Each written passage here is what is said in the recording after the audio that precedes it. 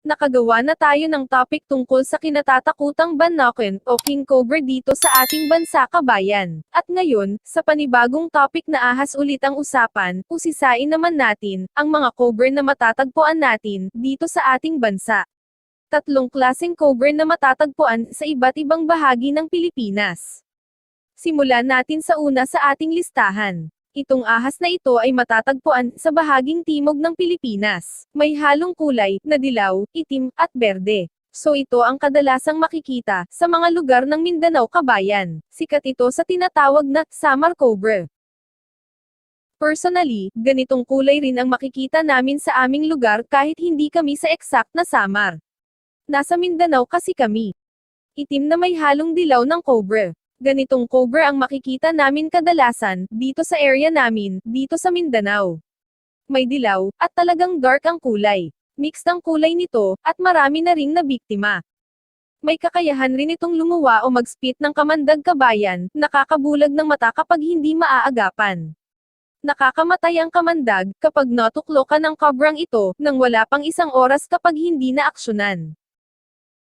Taga Mindanao ka rin ba kabayan, ganito rin bang klaseng kulay na cobra ang natatagpuan nyo sa area ninyo, maitim na may halong dilaw, at berde? Dagdag kaalaman rin, tanging sa Pilipinas lang ito matatagpuan. Sa isang positibong pananaw, isa ring kayamanan ng ating bansa.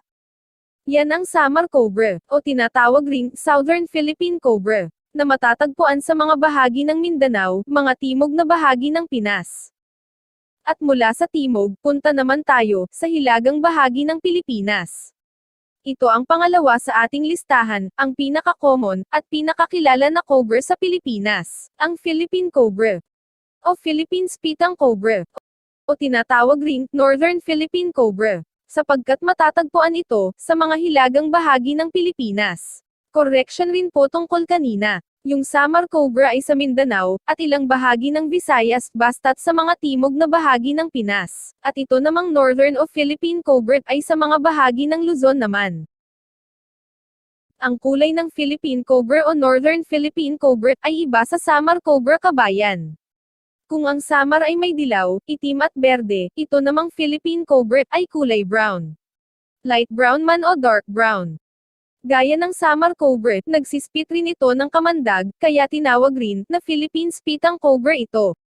May pagkapareho ang dalawang ahas na ito. Pareho silang lumuluwa o bumubuga ng kamandag. Nakakamatay rin ng walang isang oras ang kamandag ng Philippine Cobra. Gaya nitong video na pinagpapalo ang ahas. Itong ahas na ito ay nakapatay ng isang bata. Ikaw kabayan, taga Luzon ka ba, ilang beses ka nang nakakita ng ganitong cobra dyan sa area ninyo, pa-comment na lang. Nang makaalam naman kami sa mga experience ninyo tungkol sa cobra na ito sa area ninyo. Yan nga ang Philippine Cobra o Northern Philippine Spitang Cobra. Dagdag kaalaman rin ulit, sa Pinas rin lang ito matatagpuan. Isang kayamanan ng ating bansa sa positibong pananaw. Mula timog, patungong hilaga, at ngayon sa isang bahagi pa rin ng Luzon, bandang gilid naman ng Pilipinas. Matatagpuan sa kalupaan ng Palawan kabayan. Isang pambihirang maitim na cobra. Dark color ito. Walang halo na gaya ng Samar. Ito, ang Palawan Spitang Cobra.